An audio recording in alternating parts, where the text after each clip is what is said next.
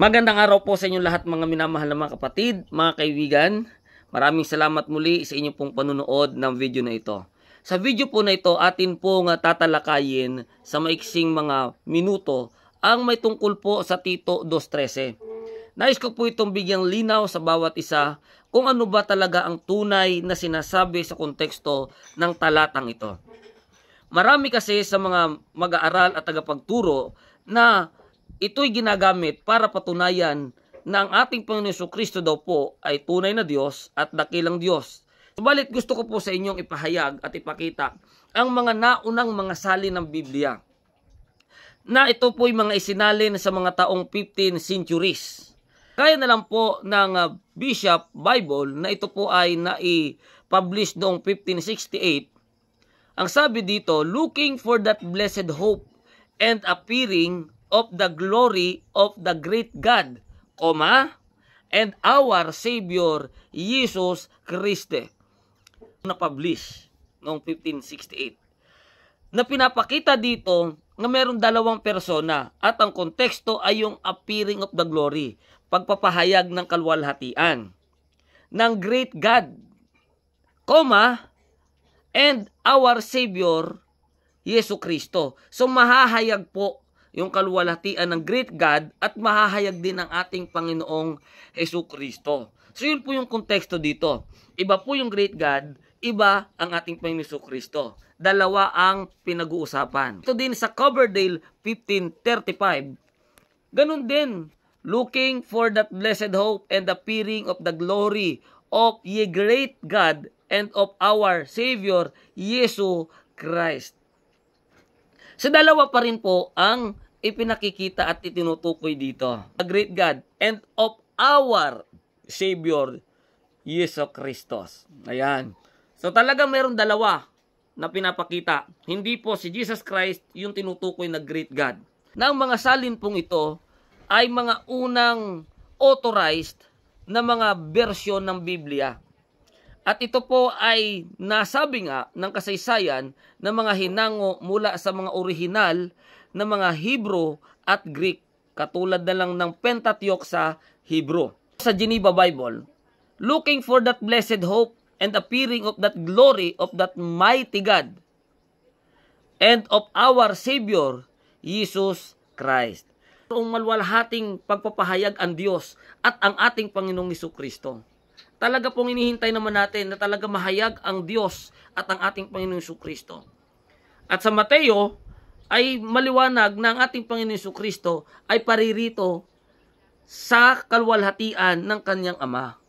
Ganun din dito sa Great Bible 1539. Ang Great Bible po ay isa po ito sa mga pinaghanguan ng translation ng mga modern English, lalo na ang King James Version. Na ito po ay nasalin noong 1539.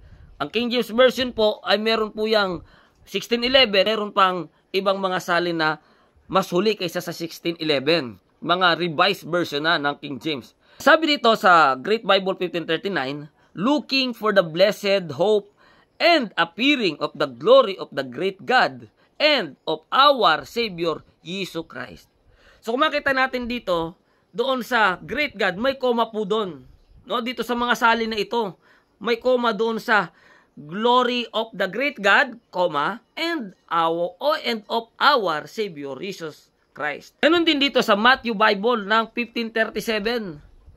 Looking for that blessed hope and glorious appearing of the mighty God and of our Savior, Jesus Christ.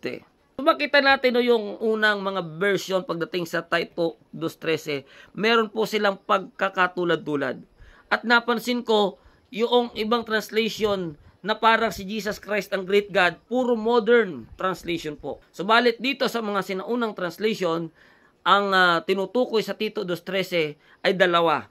The great God, and of our Savior Jesus Christ. Ang mahahayag ay ang glory of the great God at si Jesus Christ. Ganyan din po dito sa Tyndale 1522 to 1535.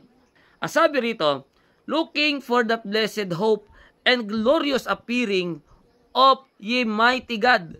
Kung mapasin po natin, ang mighty God na ginamit dito is small letter. Yung God is small letter. So kung magsasakay tayo doon sa small at capital, so lalabas dito na hindi tunay na Diyos kasi small letter eh. Doon sa may hilig sa capital at small. Ang mga translator ay may kanya-kanya pong paraan ng pagdidiin ng kanilang mga translation. Kaya dito, siya naman na small letter ang ginamit na God. Subalit alam natin na kahit ito small letter, tumutukoy pa rin po ito sa tunay na Diyos. Looking for that blessed hope and glorious appearing of the mighty God and of our Savior, Jesus Christ. Dalawa pa rin. And our mighty God and of our Savior, Jesus Christ. So, dalawa sila. Dalawa ang mahahayag. Dalawa po ang makikita ang kalwalhatian. At pinakalas po na version na gamitin natin ay ang Wycliffe na isalin noong 1392 to 1395. So talagang napaka tanda at kauna-unahan pa kaysa doon sa mga una nating binasang version. Sabi, abiding the blessed hope and the coming of the glory of the great God, and of our Savior, Jesus Christ.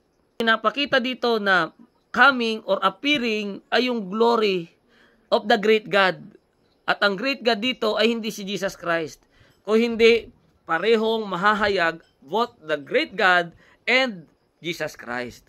So maliwanag po ito sa mga version na ito mga kapatid, ng Tito 2.13 ay hindi po nagpapatunay na si Jesus Christ ay tunay na Diyos. Bagkos, ang mga bagong version ay nahaluan po ito ng pagdidiin ng kanilang paniniwala para may diin na si Jesus Christ ay Diyos. Sana po may mga natutunan po kayo dito sa atin pong pagpapahayag ng mga katotohanan upang malinawan tayo at ang lahat na sana po manumbalik na po tayong lahat sa nag-iisang tunay na Diyos. At wala pong iba ang Diyos ni Abraham, ang Diyos ni Isaac, ang Diyos ni Jacob, at ang Diyos mismo ng ating Panginoong Jesucristo at ng kanyang mga followers. Magandang araw po. God bless sa ating lahat.